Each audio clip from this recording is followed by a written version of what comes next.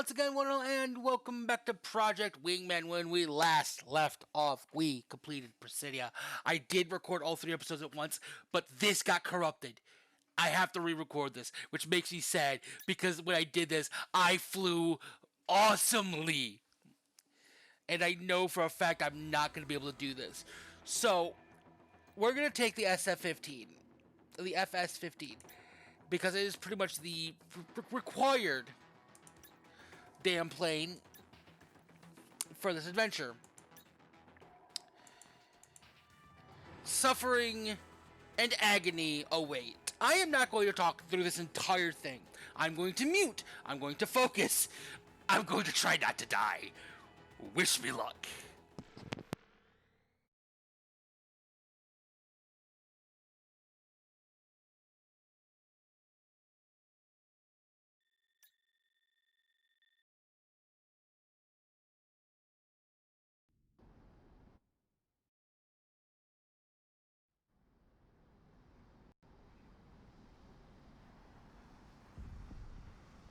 You're a slave to history.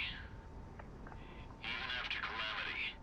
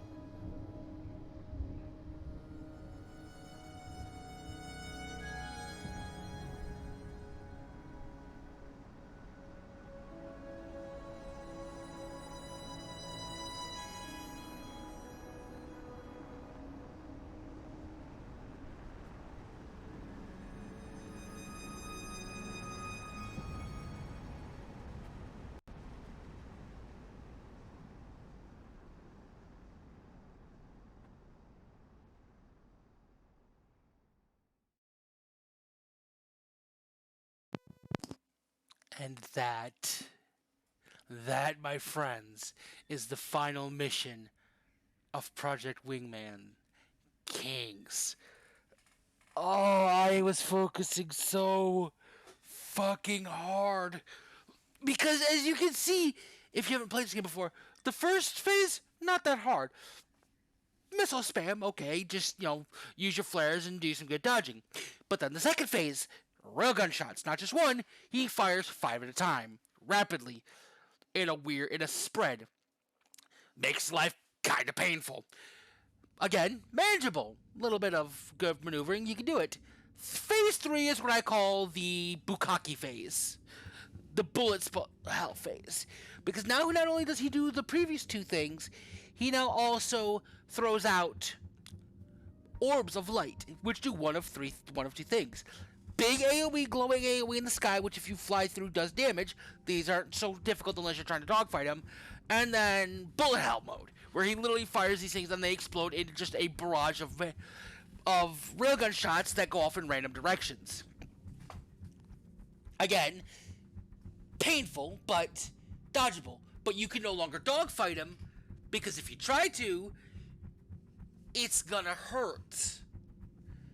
And what sucks is phase 4, it's pretty much just phase 3, only this time there's no epic music, it's now sad, and you can't see your health bar, you can't see his health bar.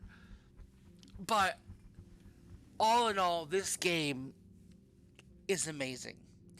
It is a true spiritual successor to the Ace Combat series. It is worth it's worth the money to pay to play it. It is a great game, and ironically, I almost passed it up on Game Pass, because that's how I first found it. I thought it was some stupid knockoff, rip-off game, and then I played it, and I fell in love.